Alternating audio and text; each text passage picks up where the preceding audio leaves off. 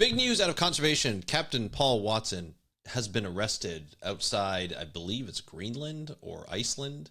I forget where. That's not really important, but we're going to talk more about a follow-up to a story that I talked about on Friday, the last episode, where we talked about how activism can get you arrested and you may not like the results from your activism, and will that stop you from doing any kind of activism?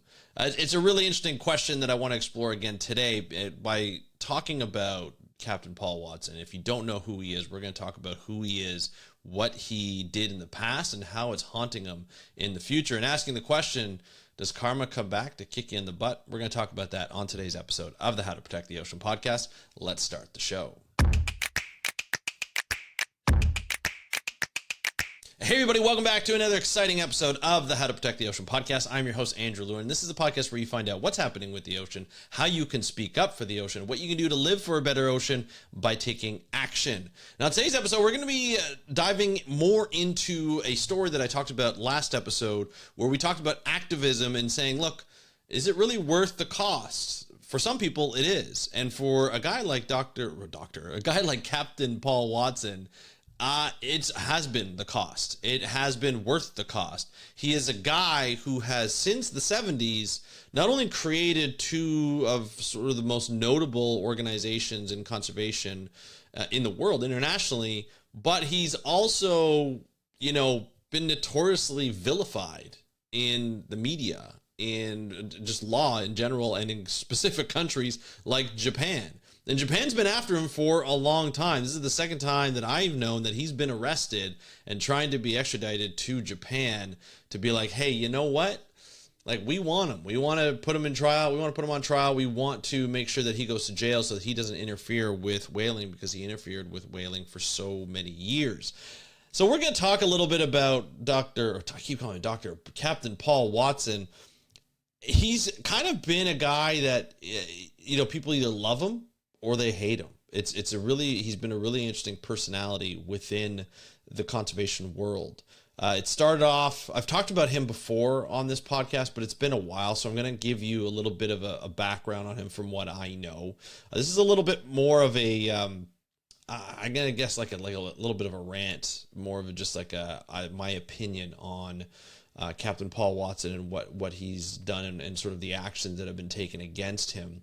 It's a little bit of like a back and forth. I'm a guy who likes to see both sides of the issue and present both sides of the issue. And of course, I want to know your opinion.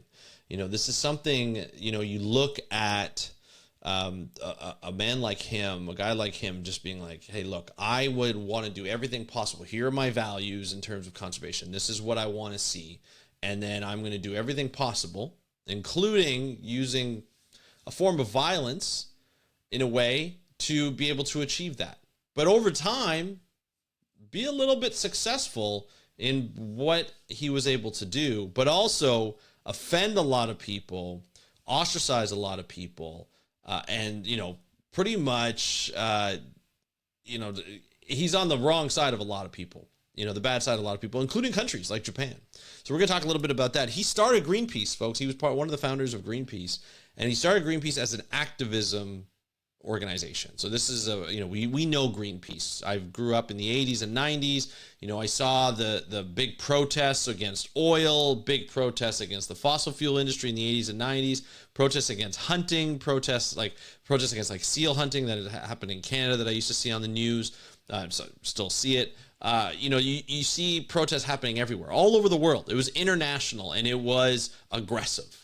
Not violent in the way that I've ever remembered, but it was also in your face. It disrupted a lot of things. And Greenpeace still does really interesting protests. Right now, deep sea mining is the big issue. And I've covered, topics where, and on episodes where we've seen, Greenpeace activists and Greenpeace staff members go on deep sea mining boats, like in Normandy, in Norway, and just be like, hey, you know what? Like, we're going to protest and have like against anti-sea exploration protest signs up there trying to stop people from doing deep sea mining. And they used to do it against fur. They used to do it against a lot of other things. this continues to happen. Like, they're still an activism organization, but they've changed over time. They now work with governments on policy actions.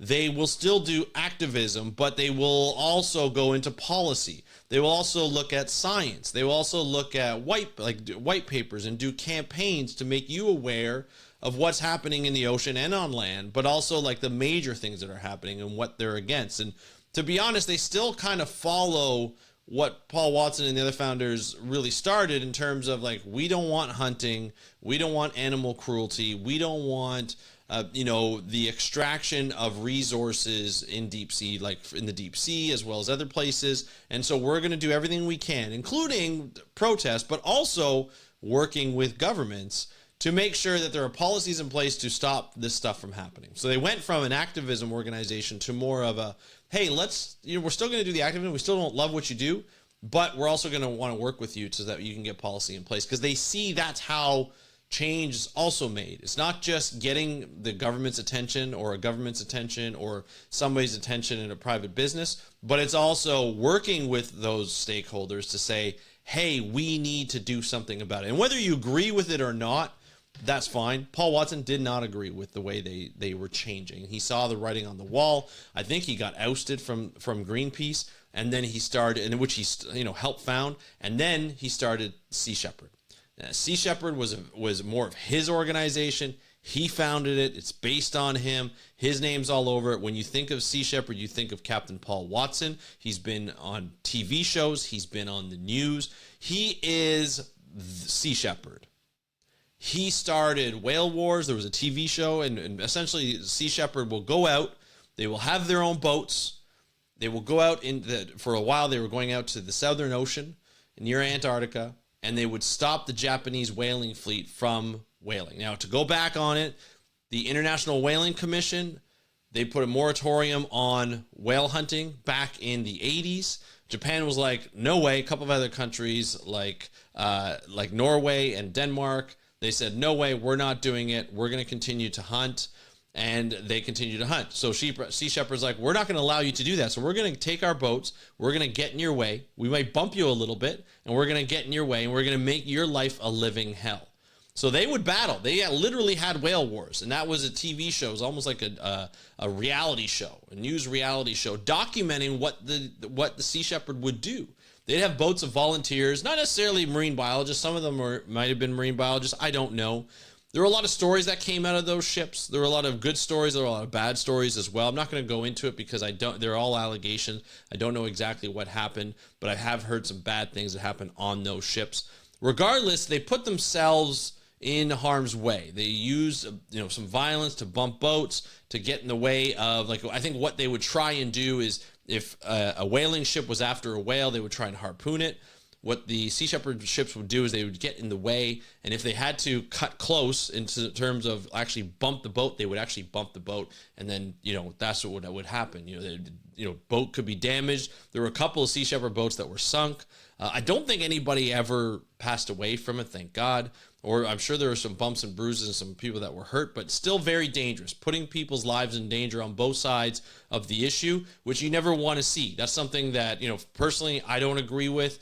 But at some point, when you see countries disobeying moratoriums, like international agreed upon moratoriums, and it's in the high seas, there's no law at the time for the high seas. There's now a high seas treaty that hopefully will be ratified by a lot of countries, and is slowly being ratified by different countries. Canada hasn't even ratified it yet, which I don't know why. But regardless, they didn't have it back then. They didn't have it in the 2000s and 90s. And so what Sea Shepherd did was go out there and make life a living hell for the Japanese whaling fleet. And year by year they would go back out. The Japanese whaling fleet would go back out. Sea Shepherd would meet them. There'd be Sea Shepherd Australia. There'd be Sea Shepherd in the Southeast and in the US, and people would fly from all over the world to be on these boats to make sure that whaling didn't happen, or it was really bad. Eventually the Japanese were like, we're out, we're done. This is not happening anymore. We don't want to have anything to do with it. And so they basically stopped. And at one point you're just like, look, I may not agree with the way they did things, the Sea Shepherd did things, but they kind of did us a favor. They got so annoying and so in your face that finally the Japanese whaling fleet was like, we're not gonna hunt in the Southern Ocean and hunt all these minke whales and other whales. We're gonna hunt just within our territorial waters. And so that's what they did. That's what happened. And at one point, you're just kind of like, okay, like we've been talking crap about this Sea Shepherd organization for a while because a lot of times we didn't really like what they do. And a lot of people do, and a lot of people loved what they did. And to be honest, there's a lot of supporters for Sea Shepherd were very, I would say like aggressive towards like Greenpeace. There was like a beef between them because like, oh, you're not, I used to see arguments all the time between, Greenpeace activists and Sea Shepherd supporters and activists, and be like, Sea Shepherd supporters, like, you're not, aggressive enough, and you're not doing what you're supposed to be doing. And Greenpeace was like, we're working with government. We're trying to do our changes. We've been successful in a lot of places. And at the time, I remember saying, like, I did an episode on sort of the beef and going back and forth. And I remember saying, look, there's room for different organizations that take a different toll, and they're all needed, whether we love it or not, but they're all needed. We need the extremes. We need sort of the people who are less extreme and working with governments and different stakeholders. And it's kind of like a balance a little bit. And it's hard. It's hard to say that because like, you don't want to see anybody get hurt. You don't want to see anybody ramming boats or anything like that. But this is what happens. And because of that, the Japanese have been seeking out Captain Paul Watson a number of different times. And one time he went to Germany. He flew into Germany. He's flying somewhere. I don't know where. I think he lives in France, but he's flying to Germany to fly somewhere else. And the German authorities arrested him and said, hey, you know what? There's some people in Japan that want to talk to you. And there was going to be an extradition, and that got fought. And eventually he came home, but it was in several weeks where he was incarcerated. And people like the Sea Shepherd supporters were like, what's going on? Now, at this point, Sea Shepherd has gone international. They have a TV show, Whale Wars. They've been in the news a number of different times for their activism and what they've been able to accomplish and what they've been able to do. Some good, some bad. Most of the notorious stuff, nefarious stuff, were out in the public, and people, that's what they were known for. Whether you liked it or not, that's what they did, and they were known for it. And they were either popular in their supporters' eyes or people just didn't like them. A lot of people in conservation are just like, I don't want anything to do with Sea Shepherd. We don't agree with what they do. But that was it. Like, there's nothing that, people in marine conservation could really do. They're an organization. They get funded. They have money. They have boats, all this kind of stuff. A lot of celebrities were endorsing them. A lot of celebrities were donating boats. Bob Barker was one of the boats. Bob Barker is a very popular, game show personality. He was the host of The Price is Right for a long time, and he's very big into animal advocacy. And he was supporting Sea Shepherd. He was supporting Captain Paul Watson, and so a lot of the supporters came to his rescue, and eventually he got released from Germany. Never went to Japan. God knows what would happen if he ever went to Japan. And so that's what he did, and he got away. And so he started, he continued on with Sea Shepherd for a number of years, and then recently, within the last few years, Sea Shepherd has started to take a different turn, and they saw the writing on the wall. They saw that they wanted to shift from a more aggressive approach. But before I get into that, they, after the whale wars sort of stopped, they started to get into, and I don't know if they were still doing it at the same time, but they started to get more popular for tracking down other ships, like fishing vessels that were fishing illegally, either in marine protected areas or they weren't reporting their fishing activities. So they were IUU fishing. So it's illegal, unreported, and unregulated fishing. And so that's a big no-no, but they're in the high seas, very difficult to tell. They would come in, these illegal fishing vessels would come into port, they would unload, sell all their stuff, and then they would leave before the authorities knew it. There's a lot of new research on ways to actually enforce and try and catch some of these illegal vessels, or some of these vessels that are doing illegal things. And a lot of times they are up to no good, and they have fishing slaves on there, and it's awful, fishery slaves, and it's awful. But that will come more in another episode. But that's what the Sea Shepherd was doing. They were following these vessels. They were tracking them. They were talking to the regular authorities. The smaller countries would actually hire them to come in. Mexico even hired them to come into the Sea of Cortez to be able to monitor fishing boats and not use gill nets, so that they didn't take up the to try and catch totobawa. Totoabawa, I think it's called totoabao. Oh, I forget the name. It's an endangered species that's caught using gill nets, but they also catch a small marine mammal. And so, not getting into that, but they would be called on to patrol those waters, eventually getting kicked out by the Mexican government. So there's never like a really good relationship with a lot of these. It seems to come and go with this relationship. But the thing is, they had boats and they were willing to patrol. They were willing to enforce any kind of laws as long as the countries would have them.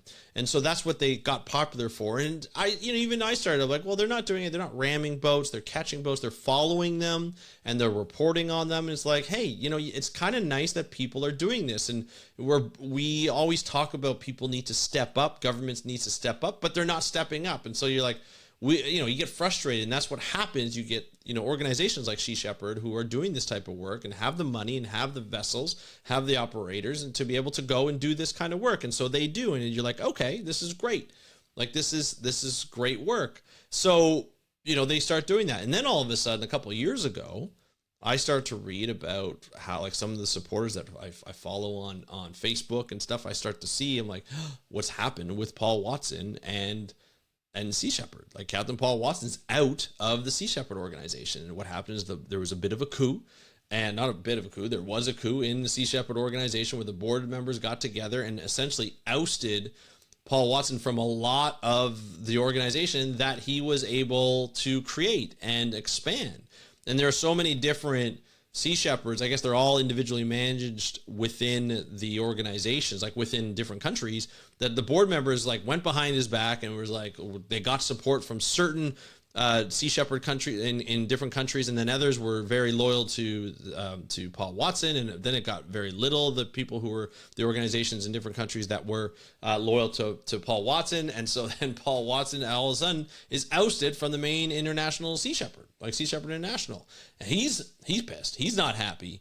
He's starting to write about it a number of different times, like all on his post, how he felt stabbed in the back, how people he brought on and he put together, to be Sea Shepherd supporters and advocates and board members and staff members, all of a sudden they betrayed him. And I guess they thought they wanted the organization to go into a different route, just like Greenpeace, to start working more with policy and do more non-aggressive things. And of course, Captain Paul Watson is not for that type of way, and so he got ousted. They had a disagreement. They ousted him behind his back, it seems, and I guess that's how it goes. And so he was looking for a new foundation. I think I forget the name of the new foundation, but he did start a new foundation.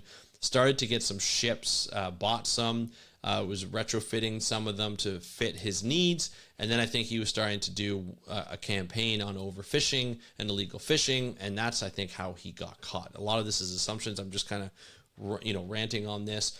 But this is what happens when you're an advocate and your methods are more aggressive. You start to piss people off. You start to piss countries off. And countries are like, hey, you know what? We're going to come after you. And Japan apparently still remembers what Paul Watson did, and his organization did. So they have a warrant out. If he ever goes to Japan, he probably will get arrested, go to trial, get convicted, and spend a long time in jail. I don't know what the charges are, but I do know that Japan wants him. And there are certain countries that have extradition agreements with Japan. And I think one of those is either Denmark or Norway. And he flew to Greenland to go somewhere else, and he got arrested right there. And now he's being, I think they're evaluating whether he needs to be extradited to Japan. Now, my concern is if he does go to Japan, he will get convicted. He will go to jail for quite a long time. And he's older now. He's in his 70s. So any kind of long-term sentence could be the last, unfortunately, that we see. And I wouldn't want to see anybody do that. I don't know, what the charges are or, whether he's guilty of that. My point of this story is, was it worth it? Was he able to get all the stuff that he wanted done, or at least some of the stuff that he wanted done? And he created Greenpeace, he created Sea Shepherd. Those are two organizations who have done some changes, who have made some significant changes and small changes in various countries around the world in terms of advocates. There are people, they've employed a lot of marine conservationists, they've employed activists, they've employed, policymakers, they've worked with governments, they've been able to hammer out agreements, and they've been able to protest certain issues, especially as they come up, like things like deep sea mining. And now, You know, you have the guy who founded both of those organizations who have seen some success and have gotten very popular, funded. Like, I got to tell you, it is not easy to get funded. It is not easy for an organization to get funded. And here he is. He's also been able to, you know, get a lot of funding, you know, to get ships, multiple ships donated to him by celebrities and other organizations and companies. That is a true feat within marine conservation. Now, on the other hand, you know, not only has he pissed people off, but he's also said some pretty abhorrent things, you know, over his lifetime, you know, and a lot of it, you know, recently I was you know, interacting with a colleague of mine, somebody who's like sort of like an internet friend. You know, we don't really know each other offline, but we, you know, we respect the work that we do, asking questions. I was like, you know, she responded like, oh, you know, Captain Paul Watson is getting arrested. She's like, surprise, surprise. I hope he rots in hell for some of the things he said. And I was just like, you know, I responded being like, well, this is a lot of people think he's admirable. Like, why do you think this? And she was saying he said some pretty nasty things against Indigenous people. And I think it has to do with in 2015, 2016, you know, I guess it was a bit of a controversy of Indigenous people in the North, whether it be Alaska or even in the Canadian North and in the Yukon, as well as Northwest Territories and Nunavut, where they were, you know, some Nuvialites were selling their quotas to, you know, rich hunters who were going up and, you know, killing, basically hunting for polar bears. And the Indigenous people up there have quotas, certain quotas that they can hunt, and they're allowed to sell those quotas and allowed to be a guide for those people to get, you know, those prize hunts. I guess it's similar to people in Africa who have those quotas. They can sell it to people who come over, rich, usually hunters who come over and sort of get these major tags and these major quotas and hunt lions, tigers, and wherever they are, not in Africa, obviously, but elephants and so forth. And they, you know, they take pictures out with it, and they spend, you know, 50,000, like tens of thousands of dollars. And, you know, a lot of people don't like it, but, you know, it's a money maker for the Indigenous people who, you know, their history within Canada and the US is very complex, very controversial. You know, as a Canadian in the past, we have treated, and we continue sometimes to treat Indigenous people like crap. And, you know, obviously we need to do better. Selling these quotas was a way that they wanted to make money, and that's the way it was done. Captain Paul Watson did not like the way that was done and said they were being a traitor to nature and the way their culture and things like that, which was obviously not the right thing to say. And I think that's what this person that I was interacting with on Threads at the time was talking about. And I get it. I totally get it. There are very different sides of Captain Paul Watson. There are some things where he has said he's very true to his word in terms of he doesn't like hunting. He doesn't like any harm to any kind of animals. And so people really respect him for it, but the way he goes about it, people really hate him for it as well. And so when you start to be this polarizing, and bad things happen to you, people will start to, you know, applaud it. The people who do not see eye to eye with you and the way you've treated other people, they will applaud the fact that you've been arrested. It's almost like karma coming back at you. And at some point, you're going to have some ups and downs, and those downs could be being arrested and being, you know, evaluated for extradition or being prepared for extradition. You know, we've seen a lot of people make that sacrifice for what their values are, and I feel like Captain Paul Watson is one of those people. There's a petition going around to try and plead with the government that arrested him to say, hey, you know what? Can you let him go? He's been such a huge advocate for the ocean, and we want to make sure that he's able to, you know, stick around and do all this kind of stuff. And at some point, people are like, I don't really care. Like, people are like, this is what he's done. This is what he deserves. So I would love to know where you fit on the spectrum. Like, do you say, hey, you know what? He's a great hero, and he should be honored for that. Canada, where he's Canadian, Canada should be helping him out. Other countries should be helping him out. Sea Shepherd should be helping him out, but he's not part of Sea Shepherd anymore. Or are you on the side of, look, this guy has done some really bad things. He said some really bad things to Indigenous people as well as other things. He chose violence to help conservation. I don't believe that. I would love to see him arrested, or he deserves this. Love to hear your thoughts. Hit me up on Instagram. Or if you're listening to this on Spotify, you can just comment on Spotify. Does Paul Watson deserve to be arrested. I'd love to hear your thoughts on this. Hit me up on Instagram at How to Protect the Ocean if you want to DM me, or if you're listening to this on Spotify, hit that poll and just say, hey, do you think Kevin Paul Watson should be arrested? Love to hear your thoughts on this, because that's what this is about. This is a podcast where I start the conversation. I want to hear how you feel about this, because that's why I start this podcast. That's why I do this podcast each and every time I record. So thank you very much for listening. You have been listening to the How to Protect the Ocean podcast. I'm your host, Andrew Lewin. Have a great day. We'll talk to you next time, and happy conservation.